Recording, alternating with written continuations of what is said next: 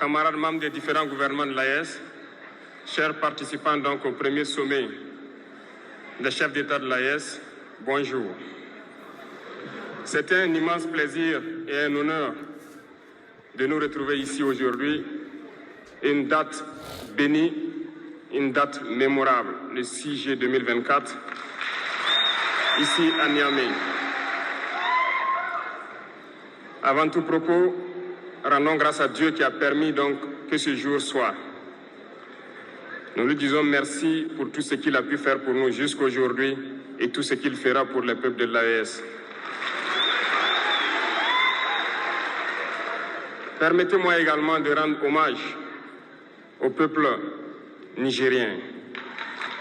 Ce peuple qui a tant souffert depuis l'avènement du CNSP et qui continue de rester debout.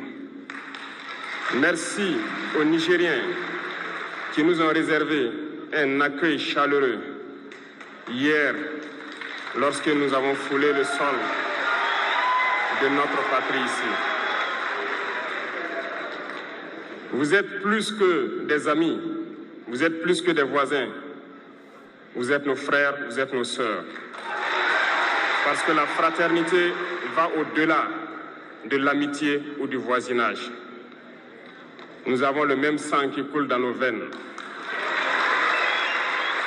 Dans nos veines coule le sang de ces vaillants guerriers qui ont combattu et qui ont réservé ces terres que nous appelons Mali, Burkina et Niger.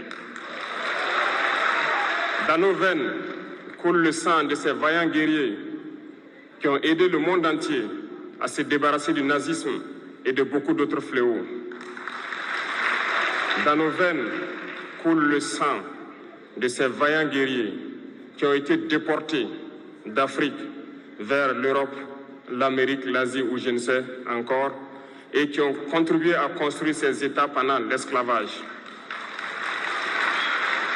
Dans nos veines coule le sang d'hommes dignes, d'hommes robustes, d'hommes debout. Et pour cela, soyons-en fiers et soyez remerciés d'être ressortissants de l'AES. L'Afrique, ce continent qui a tant souffert et qui continue de souffrir du fait des impérialistes. Ces impérialistes n'ont qu'un seul cliché en tête. L'Afrique est l'empire des esclaves. C'est comme ça qu'ils voient l'Afrique. Pour eux, les Africains les appartiennent. Nos terres les appartiennent. Nos sous-sols les appartiennent. Ils n'ont jamais pu changer de logiciel jusqu'aujourd'hui. C'est déplorable. Mais comment procèdent-ils? C'est malheureusement depuis donc ces années 60 où ces simulacres d'indépendance ont été donnés à l'Afrique. Ils n'ont juste fait que placer des valets locaux à la tête, selon eux, de leur sous-préfecture pour pouvoir continuer à les alimenter. Ces valets locaux que nous allons qualifier aujourd'hui d'esclaves de salon n'ont d'autre repère que de chercher à vivre comme le maître, à satisfaire le maître et à faire tout ce que le maître lui dicte. Ils volent, ils pillent nos États, amènent tout chez le maître et leur richesse est conservée chez le maître. Ils font tout pour vivre comme le maître et toujours le satisfaire. Lorsque le maître commande, ils exécutent. Savez-vous qui sont ces esclaves de salon? Eh bien, nous allons vous expliquer ce que c'est. Ce sont des individus qui n'ont aucune dignité, qui n'ont aucune morale, qui n'ont aucune personnalité. Mais le maître esclave a toujours su identifier ces individus. Ils sont toujours prêts à trahir leurs frères pour satisfaire le maître. Ils nous ont trahis depuis l'indépendance et d'autres continuent jusqu'aujourd'hui à nous trahir au profit de leur maître. Ces individus continuent toujours, contre vents et marées, à piller l'Afrique, à aider le maître à piller l'Afrique. Ils se plaisent à le dire chaque année Dans leur sondage économique, le Burkina est le pays le plus pauvre, le Mali est le pays le plus pauvre, le Niger est le pays le plus pauvre. Nous sommes classés parmi les derniers. Très bien, si nous sommes aussi pauvres qu'ils le disent, mais quand est venu le moment de prendre nos responsabilités, nous avons demandé à ces maîtres de quitter les lieux. Pourquoi ne veulent-ils pas partir? Lorsque nous prenons le cas du Niger, depuis plus de 40 ans, certains pays exploitent l'uranium pour produire de l'énergie chez eux. D'Ottawa jusqu'à Paris, les rues sont illuminées, c'est la lumière. Mais au Niger, c'est l'obscurité qui nous est servie. Lorsque vous partez dans nos États, nos sols sont troués de toutes parts pour rechercher les métaux précieux tels que l'or.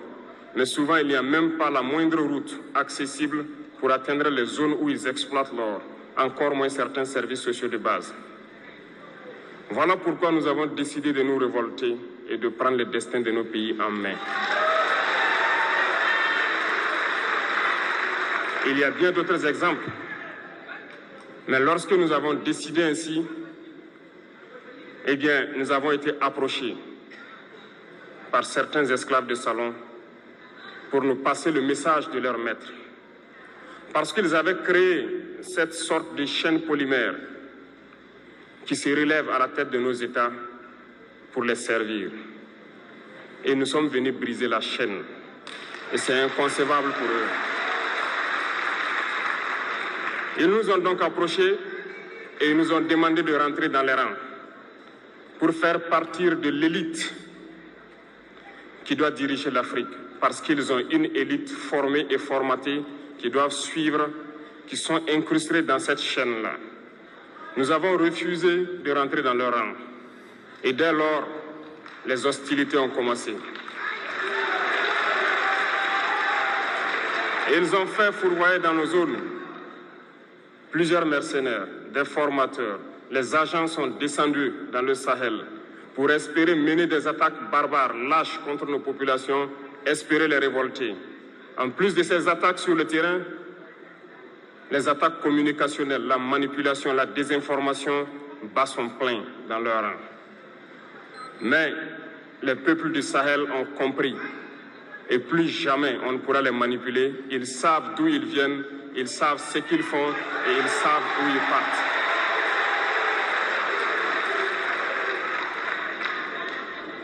Nous n'allons plus permettre cela. Les gens sont éveillés et les gens se battent aujourd'hui, pas pour nous-mêmes, mais pour les générations à venir. Et merci à tous pour le combat qui est livré. Cela ne nous fait jamais pleurer. Nous n'allons pas trembler. Nous allons affronter. Nous allons nous battre pour l'indépendance réelle, pour notre liberté. Parce que pour faire peur au peuple de l'AES, ces individus n'ont que 3 termes dans la bouche: démocratie, liberté, droit de l'homme. Bien sûr, leurs valets locaux ne sont élus que dans un processus démocratique, libre et transparent selon eux leurs valeurs. Quoi de plus normal qu'on veuille nous imposer cela, parce que c'est eux qui édictent les règles. Très bien, nous avons décidé de nous assumer. Voilà pourquoi un 26 juillet 2023, lorsque le Niger a décidé de tourner la page, les esclaves de salon et leurs maîtres sont montés sur les grands chevaux. Ils ont mis leurs valets locaux en avant et ont décidé de mener une guerre contre le peuple nigérien. Nous avons donc dit, quiconque osera s'en prendre au Niger nous aura en face, parce que nous mènerons une guerre sans merci jusqu'à la dernière goutte de sang pour quiconque osera s'attaquer à nos États. Cette parole, cette décision que nous avons eue hier est d'actualité aujourd'hui et sera d'actualité demain et pour toujours. Ainsi naquit l'AES le 16 septembre 2023 dans une architecture de défense mutuelle. Mais nous avons jugé nécessaire de prolonger et d'agrandir donc l'architecture de l'AES. Ce qui nous rassemble aujourd'hui doit nous permettre d'aller sur d'autres terrains en plus de la défense, notamment les finances et l'économie, les infrastructures, la santé, l'éducation, bref, j'en passe. Je souhaite donc que ces moments soient pour nous une histoire que nous allons écrire pour l'AES, mais surtout pour l'Afrique et pour le monde entier. Que Dieu illumine tout un chacun de nous. Que Dieu nous inspire dans ces tâches qui nous sont confiées. Et surtout, que lorsque nous faisons tous nos travaux, que nous ayons en tête une seule chose, l'intérêt suprême de nos populations. Sur ce, nous prions encore une fois de plus, bon Dieu, qu'il nous accompagne tous dans nos différentes tâches, qu'il protège nos combattants, qui, grâce à eux, nous permettent d'être assis ici et d'échanger autour de l'avenir de nos États. Soyez donc remerciés une fois de plus, peuple nigérien. Soyez unis et solidaires, peuple de l'AES, la patrie ou la mort.